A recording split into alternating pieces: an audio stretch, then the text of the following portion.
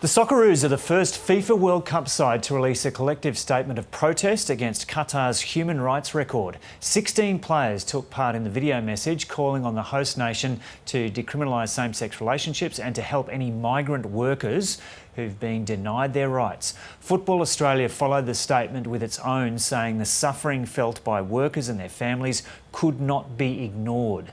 Let's hear some of that powerful message now from the players. It's just been released this morning. We have learned that progress has been made both on paper and in practice. The kafala system has largely been dismantled, working conditions have improved, and a minimum wage has been established. Whilst the reforms established in Qatar are an important and welcome step, their implementation remains inconsistent and requires improvement. We have learned that the decision to host the World Cup in Qatar has resulted in the suffering and in the harm of countless of our fellow workers. These migrant workers who have suffered are not just numbers. Like the migrants that have shaped our country and our football, they possess the same courage and determination to build a better life. As players, we fully support the rights of the LGBTI+ people. But in Qatar, people are not free to love the person that they choose. Addressing these issues is not easy, and we do not have all the answers. We stand with FIFPro, the Building and Woodworkers International, and the International Trade Union Confederation, seeking to embed reforms and establish a lasting legacy in Qatar. This must include establishing a migrant resource centre, effective remedy for those who have been denied their rights, and the decriminalisation of all same-sex relationships. These are the basic rights that should be afforded to all and will ensure continued progress in Qatar. This is how we can ensure a legacy that goes well beyond the final whistle of the 2022 FIFA World Cup. One that football can truly be proud of. One that football can truly be proud of. One that football can be truly proud of. One that football can truly be proud of. One that football can truly be proud of. Oh, it really is a powerful message. Let's get more on this now with the host of The Ticket, Tracy Holmes. Tracy, g'day. Yeah, just what's your reaction to that? Yeah, look, when I first saw it last night, I thought very powerful, very fair. They address the changes that have happened, but they say there needs to be a legacy that is substantial for people that still feel they are harmed and people that are still persecuted. So what changes have already happened? The changes that have already happened is that the kafala system, which is widespread around the Gulf countries, has been dismantled. That was seen as a modern form of slavery. What is that? So essentially, when you came in, your passport was handed to the boss. He retained all rights over you, told you where and where to go, could deny you travelling back home should you need to for a family emergency or something like that. They've put in place a minimum wage. They've put in place a dispute court. There are many, they've basically dismantled the system and put in something that resembles much more what we might expect, although the standards are not the same. The minimum pay, of course, is not the same. But when you talk to many of the migrant workers, and we know that some are still waiting for adequate compensation and what have you, there's a difficulty in enforcing some of these changes of the rules, which is what people say must happen more. The International Labour Organisation and the International Trade Union movement is calling for more enforcement of that. But you know, other stories of migrant workers say that they come to Qatar, they earn 3 times more than they would at home if they could get a job.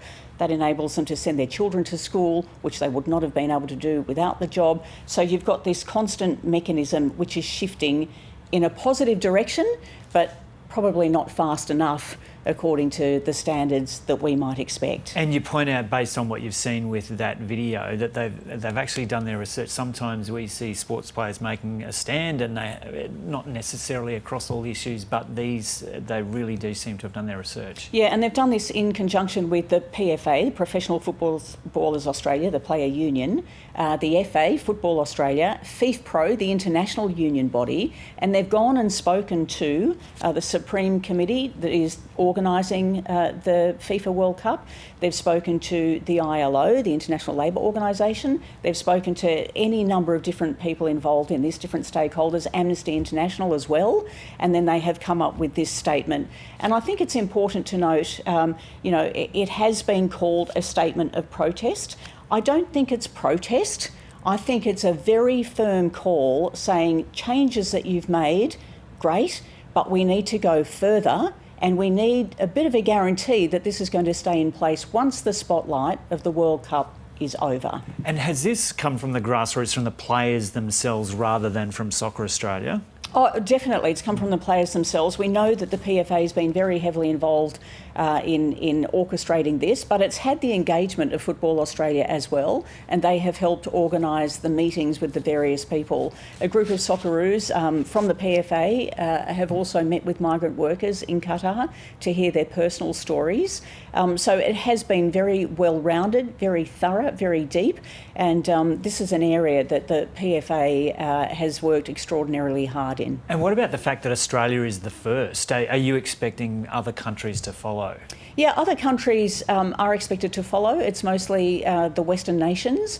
I do have to bring in here something that the Emir of Qatar actually said at the beginning of this week, because they just started their new round of Legislative Council meetings. So this was the Shura Council.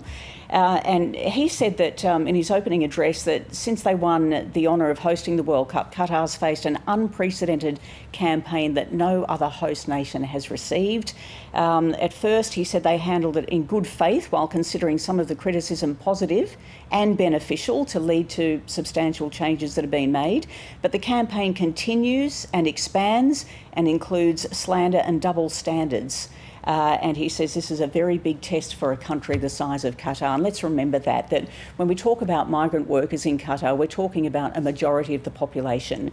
And migrant workers are not just people that build football venues. The migrant workers are everybody that staff many of the industries there. So they are doctors as well. They work in hospitality, all sorts of areas. So 2.5 million people in Qatar are migrant workers. But this pressure and this the Australian video this morning or overnight is an example of that, but there has been pressure building over the last couple of years, has had an impact. Yeah, definitely it's had an impact. And so I guess this is the debate, and I think what is so remarkable and so positive about this Socceroos statement is they haven't shied away from addressing the changes that have been made, but they're very firm in making sure that the standards and the changes continue to evolve, and that they are done when the spotlight of the world is taken off Qatar.